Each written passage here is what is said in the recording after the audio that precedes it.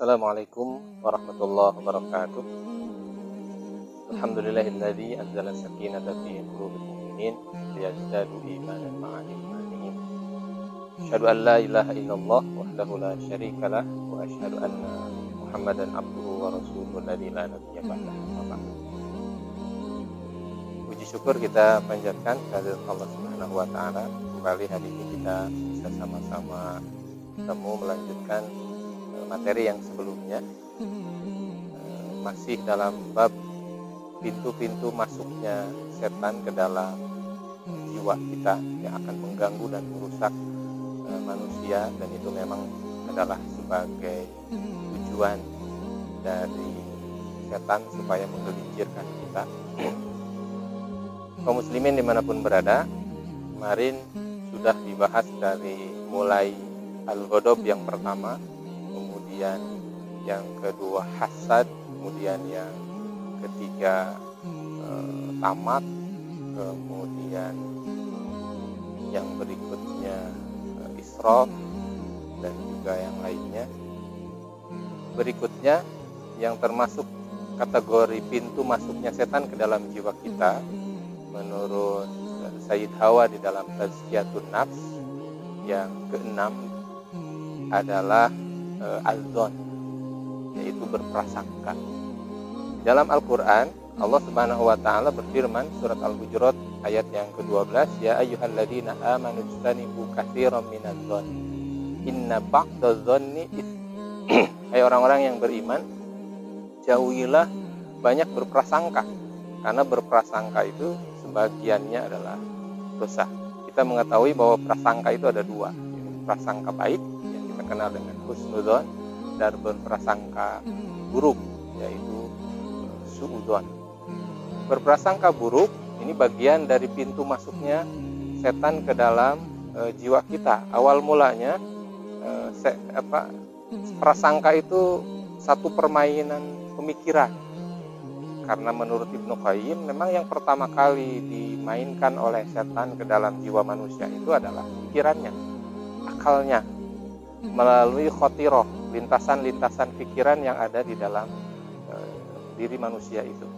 Dari khotiroh baru masuk kepada zakiroh, dari ingatan barulah menjadi fikroh, jadi sumber pemikiran. Dari sumber pemikiran itulah yang kemudian masuk ke dalam hati dan amal. Ini begitu halusnya setan menggoda manusia. Dalam sebuah hadis diceritakan satu waktu, ini riwayat Ali bin Husain, berarti cicitnya Rasulullah SAW. Satu waktu Rasulullah SAW sedang beriktikaf di masjid. Ketika mau selesai, kemudian ada seorang sahabiah bernama Sofiyah binti Huyai. Beliau menghampiri Rasul karena ada keperluan dan kemudian berbicara. Setelah selesai, kemudian karena kebetulan Rasul juga akan pulang dari masjid dan arah yang sama, maka kemudian Sofiyah berbarengan dengan Rasul pulang. Di perjalanan Rasul berpapasan dengan dua orang Ansor yang kemudian menyampaikan salam kepada Rasul, lalu buru-buru pergi dengan jalan yang cukup cepat. Maka kemudian Rasul memanggil kedua orang itu. Kemudian Rasul mengatakan, wahai dua orang yang sahabat ini adalah Sofiyah binti Huyai. Artinya Rasul menerangkan bahwa yang bersama Rasul itu Rasul kenal dan sangat dekat, dan ini bukan siapa-siapa.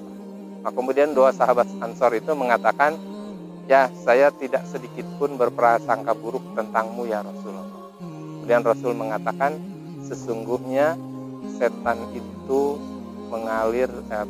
menghinggapi di dalam aliran darahnya anak Adam. Saya khawatir kamu berprasangka terhadap apa yang telah kau saksikan.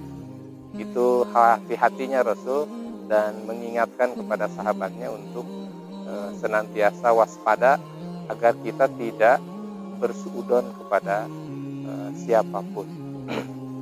Kaum muslimin rahimakumullah, para ulama mengklasifikasikan dzon itu ada beberapa. Satu yang diharamkan.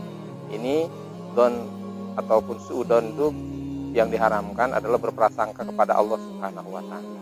Kemudian yang kedua, berprasangka kepada kaum muslimin yang jelas-jelas kesalehannya, kemudian kita suudzon. Nah, itu diharamkan.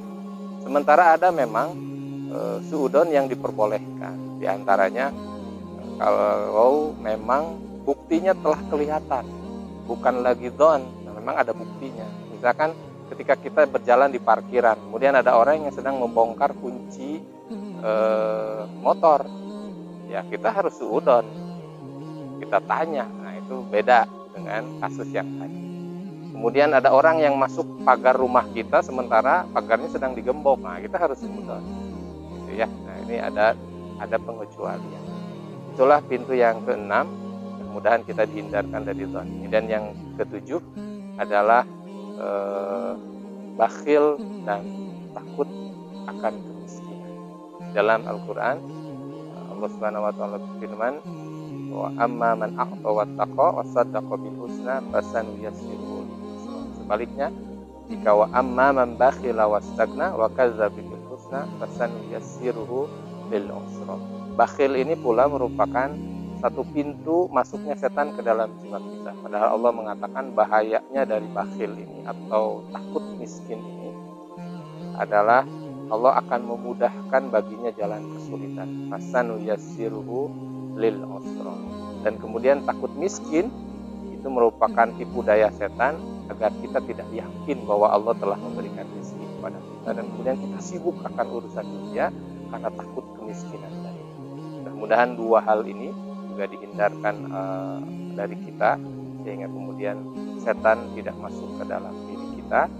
Kemudian cara menghilangkannya adalah banyaklah berzikir kepada Allah Subhanahu wa taala agar kita terhindar dari suudon dan takut kepada kemiskinan dan menjadi orang-orang yang bakhil. Itu saja. Terima kasih. Billahi taufiq wal hidayah. Assalamualaikum warahmatullahi wabarakatuh.